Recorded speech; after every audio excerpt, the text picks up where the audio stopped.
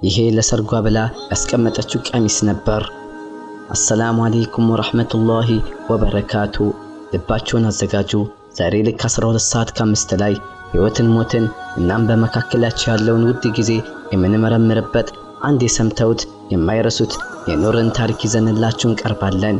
የአንዱ ዓለም በኪነ ጥበብ መጽሔቶችና በፊልሞች ያሸበረቀ፣ የሌላኛዋ ደግሞ በመስገጃዋ ላይ በፈሰሰ ንጹህ እንባ የራሰ አንዲት እህት የሌላኛዋ እህት በጨለማ ክፍል ውስጥ ምን ሹክ ብትላት ነው ሕይወቷን ለዘላለም የቀየረው? ታሪኩ ለሰርጌ ተብሎ ስለተሰቀለ አንድ ሮዝ ቀለም ቀሚስ ብቻ አይደለም። ታሪኩ ከዚያስ በኋላ ምን ለሚለው ዘላለማዊ ጥያቄ ሁላችንም መልስ እንድንፈልግለት የሚያስገድደን ነው። ይህንን ልብ የሚነካ ታሪክ እንዳያመልጣችሁ ሰዓታችሁን አስተካክሉ። ይህንን መልእክት ሊሰማው ይገባል ለምትሉት ወዳጃችሁም አጋሩት፣ በዱዓችሁም አትርሱን። አኺራ ቲዩብ